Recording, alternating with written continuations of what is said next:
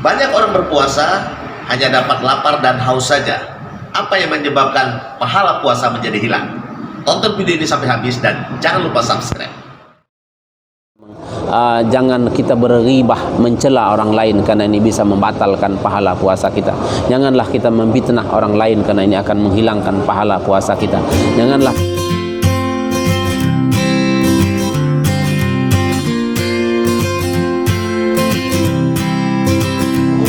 Bismillah, alhamdulillah, nahmaduhu wa nusalli wa nusallimu ala rasulihil karim, amma ba'd. Hati-hati bagi orang yang berpuasa. Dia lapar dari subuh sampai maghrib, tetapi dia tidak dapat apa-apa kecuali merasakan lapar, merasakan letih, merasakan haus. Kenapa? Karena dia berpuasa dalam keadaan hilang pahala puasanya.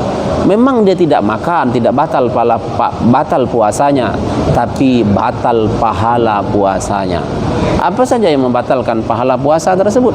Ini orang Islam sebelum masuk dalam Ramadan perlu tahu nih hal-hal yang membatalkan pahala puasa. Yang membatalkan pahala puasa yang pertama adalah wal ghibah. Dia berghibah. Maka semoga Allah bimbing kita ketika sedang berpuasa, apalagi puasa fardu, untuk menahan lidah kita dari berghibah.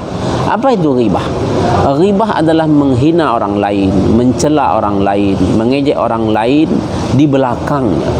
Seandainya dia mendengar kalam pembicaraan kita tersebut, dia tidak suka, walaupun kenyataan dia melakukan hal tersebut. Kalaulah kita menghibah dia, mencela dia, mengejek dia yang tidak dilakukan oleh dia, maka itu namanya fitnah. Tapi kalau kita menceritakan dia, kalau dia dengar pembicaraan kita, dia senang, itu namanya pujian. Maka Masya Allah, 3 hal ini kita harus dapat membedakan apa itu ghibah, apa itu fitnah, dan apa itu pujian.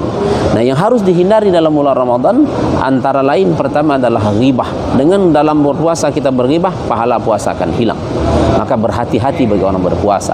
Yang kedua, berfitnah. Fitnah juga tidak boleh ketika sedang berpuasa. Ghibah aja tidak boleh, apalagi fitnah.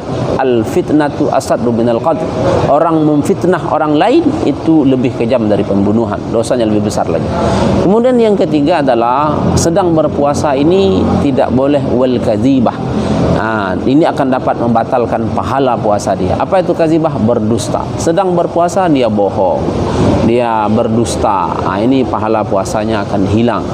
Dia hanya mendapatkan haus dan lapar saja. Kemudian yang keempat, yaitulah wan namimah, yaitu mengadu domba. Mengadu domba ini juga menghilangkan pahala puasa, ya kan? Nah, kemudian jangan sampai sedang berpuasa kita mengadu domba orang Islam, orang-orang beriman, sehingga terpecah belah, pahala puasa kita akan hilang. Maka ada ulama mengatakan, hendaknya kita menahan dari haus dan lapar, kita menahan juga lidah kita dalam berpuasa, juga lidah kita dari berbicara hal yang ghibah, dari berbohong, dari mencela orang lain.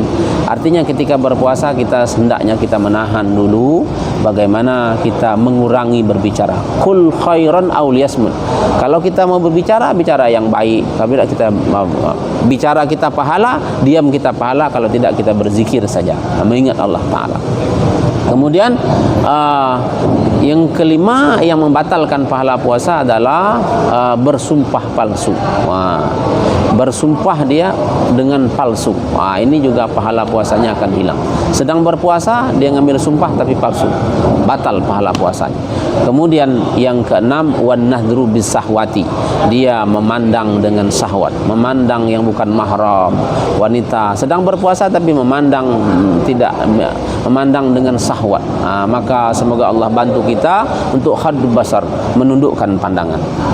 Begitu juga sedang berpuasa ketika kita menonton televisi, maka ketika ada datang satu bentuk gambar yang bukan layak kita tonton, yang wanita bukan mahram, maka jangan sampai kita memandang dengan syahwat lalu kita mengalihkan pandangan.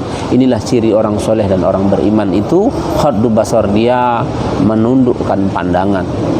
Begitu juga sebaiknya ketika sedang puasa bulan Ramadan, kalau Allah beri kekuatan kepada kita, sementara kita menahan diri untuk tidak menonton televisi, menonton acara-acara kegiatan yang sifatnya melalaikan, ada wanita bukan mahram di tayangan itu, maka semoga Allah beri kekuatan kepada kita untuk kalau mampu untuk menghindari. Sementara ketika sedang bulan suci Ramadan, menjaga puasa kita supaya makbuliyat diterima oleh Allah Ta'ala.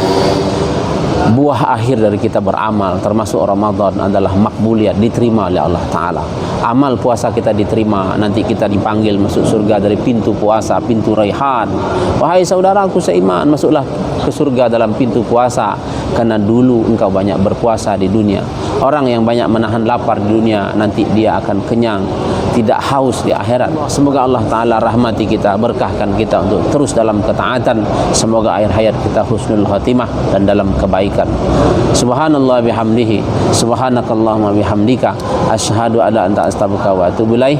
Assalamualaikum warahmatullahi wabarakatuh.